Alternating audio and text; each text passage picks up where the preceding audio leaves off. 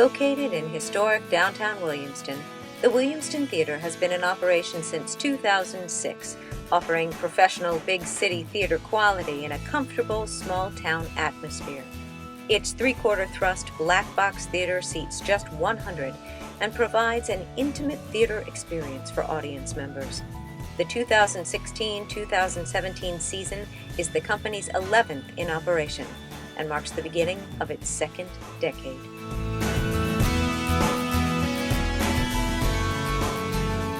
I'm really excited about it because the mix of plays this season is a blend of hysterical comedies with a lot of laughs, as well as a few pieces that are a little more thoughtful, a little more literary, a little more make you look at the world around you and your place in it. And for me, that's a great blend of a season. PULP by Joseph Zettelmeyer is a world premiere, and it's a hysterical send-up of the 1930s film noir type feel. It's a mystery where we follow Frank Ellery, a washed-up 1930s private investigator, as he gets a case to investigate the murder of a magazine editor. The magazine editor publishes magazines that are schlocky pulp monthly issues of science fiction stories and horror stories and superhero stories and romance stories. And those four writers are the suspects. And the way this play takes all of those genres, and every time Frank has to investigate one of those suspects, they drag their world of fiction into the play. I'm also excited because PULP is a rolling world premiere, which means that Williamston Theatre, as part of the National New Play Network, which is the national organization that supports new plays and theaters that do them, there are two other theaters across the country that are also producing this show during 2016.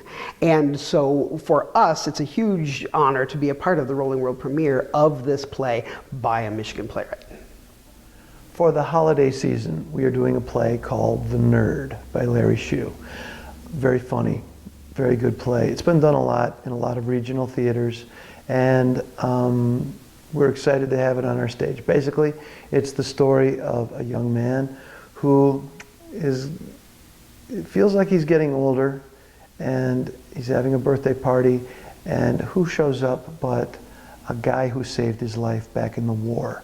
And he owes him a lot. He owes him his life, so he has him come and stay with him.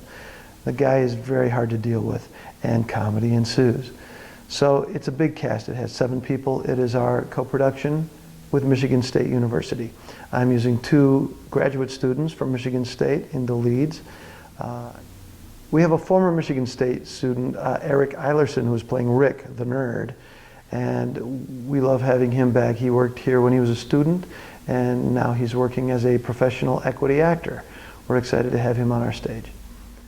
A Painted Window is a world premiere by Christy Hall, a writer who will be having her work done here in Michigan for the first time, and we're very excited about that. This play is a beautiful exploration of sisterhood, of family. It's about 2 sisters who were very close as children in a less than ideal family situation. Suddenly these 2 sisters find themselves in their later years having to live together. And it's a play about finding yourself again, rediscovering those relationships, but it's also a play about loss and fear. It's a beautiful, haunting exploration about family. A Painted Window has a cast of 3, 2 of whom are returning Williamston Theatre veterans. Our audiences might remember Ruth Crawford. She was Scrooge in Jacob Marley's Christmas Carol and also appeared in a few other plays, including Miracle on South Division Street. Also in that show is Dominique Lowell, who appeared a couple seasons ago in Outside Mullingar. And the 3rd character is played by Lynch Travis, who is a Michigan Theatre veteran, and we're excited to have him having his Williamston Theatre debut. A Painted Window is being directed by Franny Shepard Bates, a woman who's never directed here before, but has directed across Michigan. I'm really excited to bring her in, especially because having a playwright who's new to us. I think work with a director who's wonderful and also new to us is going to be a really exciting energy for the play. So I can't wait for our audiences to see this show. The fourth show of our season is 1984 by George Orwell. 1984 stands as one of the greatest literary achievements ever. It's up there in the upper echelons for a reason. This story explores humanity and explores what happens when we lose our humanity.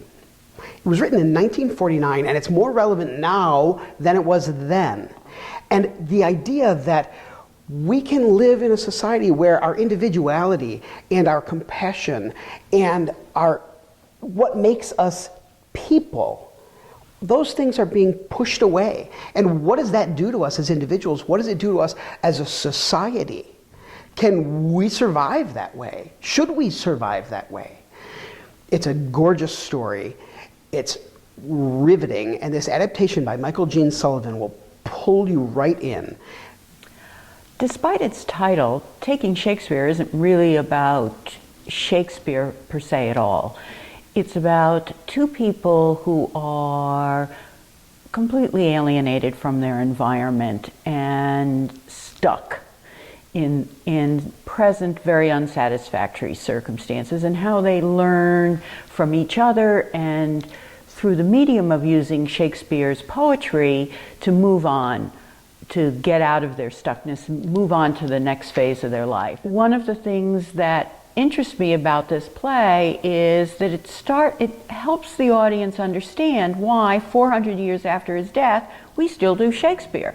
I mean, it's very easy to talk about Shakespeare being for all ages, but what exactly does that mean? And we see in the interaction of these two characters as they work on the play, Othello, exactly why his words, his plays, his characters are so powerful. One of the other things that interested me about the play was the actors that I'm working with. Terry Heck is a very experienced actor. She was last seen at Williamston in Sirens in 2015, I think. And she herself teaches Shakespeare performance, so I'm really looking forward to working with a colleague over a mutual passion. I'm directing Murder for Two, which is a musical comedy whodunit with two actors. One is a detective trying to solve the crime, and another plays all of the suspects. The show is nothing but pure fun, and what I love is just first the genre of musical theater comedy whodunits. There's not many of them, so that's really a fun thing, I think, for the audience to figure out who committed the murder and how to solve that. The other thing that I think is really special about the show is that the two actors cast play the piano on stage for each other and for themselves while performing. So really finding those two actors that have the skill set that can first, one of the actors has to play about 20 different roles, so that's really exciting. There's nothing I love more than watching an actor transform, but also doing that while playing piano. And I think that for the other actor, the idea of keeping that mystery alive and trying to figure out who done it is really going to be exciting for the audience.